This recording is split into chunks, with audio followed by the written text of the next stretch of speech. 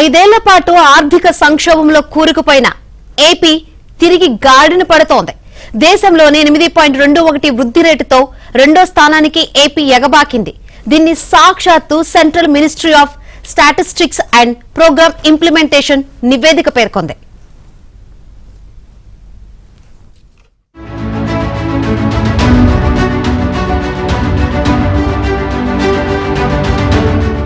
సంక్షేమం పేరిట నిధులు మళ్లించి డైరెక్ట్ బెనిఫిట్ ట్రాన్స్ఫర్ కింద నిధులను విడుదల చేసి అభివృద్ధిని విస్మరించిన వైసీపీ హయాంలో ఆంధ్రప్రదేశ్ ఆర్థిక సంక్షోభంలోకి జారిపోయింది.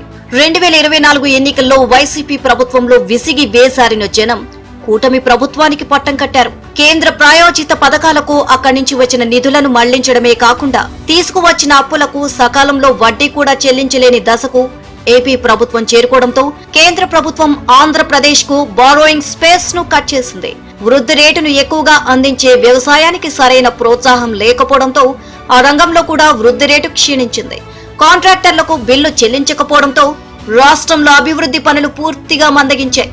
దీంతో వైసీపీ హయాంలో ఏపీలో గ్రోత్ రేట్ 6.19% పడిపోయింది.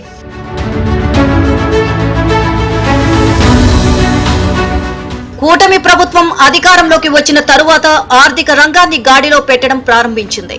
ముఖ్యంగా కేంద్ర ప్రభుత్వ పథకాల్లో సుమారు 9,000 కోట్ల రూపాయలు మళ్లించగా వాటిని తిరిగి చెల్లించడమే కాక 73 పథకాలను తిరిగి రాష్ట్రంలో పునరుద్ధరించారు. ఇదే సమయంలో వృద్ధి రేటుకు తోడ్పడే వ్యవసాయం, పరిశ్రమలు, సేవలు, ఇంధన రంగంతో సహా పలు రంగాలలో తీసుకువచ్చిన విధానాలతో మెరుగైన ఫలితాలు రావడం ప్రారంభించాయి.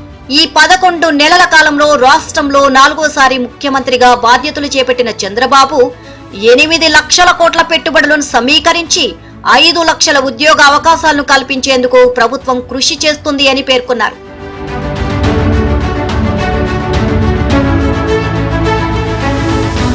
చంద్రబాబు నాయుడు 4వ ముఖ్యమంత్రిగా పదవీ బాధ్యతలు చేపట్టారు. ఆయన హయాంలో ఇప్పటికే 2 సార్లు డబుల్ డిజిట్ గ్రోత్ సాధ్యమైంది.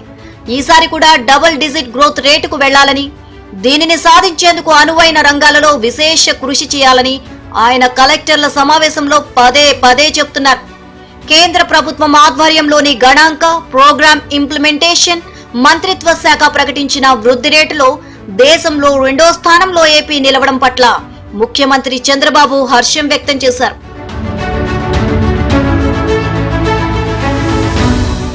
కరెంట్ ప్రైజెస్ విభాగంలో 12.02% ఏపీ గ్రోత్ రేట్ సాధించడం పట్ల చంద్రబాబు ఆంధ్రప్రదేశ్ ది రైజింగ్ అంటూ ట్వీట్ చేశారు. కూటమి ప్రభుత్వం తీసుకున్న చర్యలతో రాష్ట్రం గాడిన పడడంతో పాటు కాన్ఫిడెన్స్ పెంచేలా వృద్ధి రేటు సాధించామని సీఎం అందులో పేర్కొన్నారు. వ్యవసాయం, పరిశ్రమలు, సేవలు, ఇంధన రంగంతో సహా పలు రంగాలలో తీసుకువచ్చిన విధానాలతో మెరుగైన ఫలితాలు వస్తున్నాయని సీఎం వ్యాఖ్యానించారు. గ్రోత్ రేటు వృద్ధి రాష్ట్ర ప్రజల సమిష్టి విజయమని ఆయన అభినందనలు తెలియజేశారు. బంగారు భవిష్యత్తు కోసం కలిసి ప్రయాణాన్ని కొనసాగిద్దామని ఆయన ఏపీ ప్రజలకు పిలుపునిచ్చారు.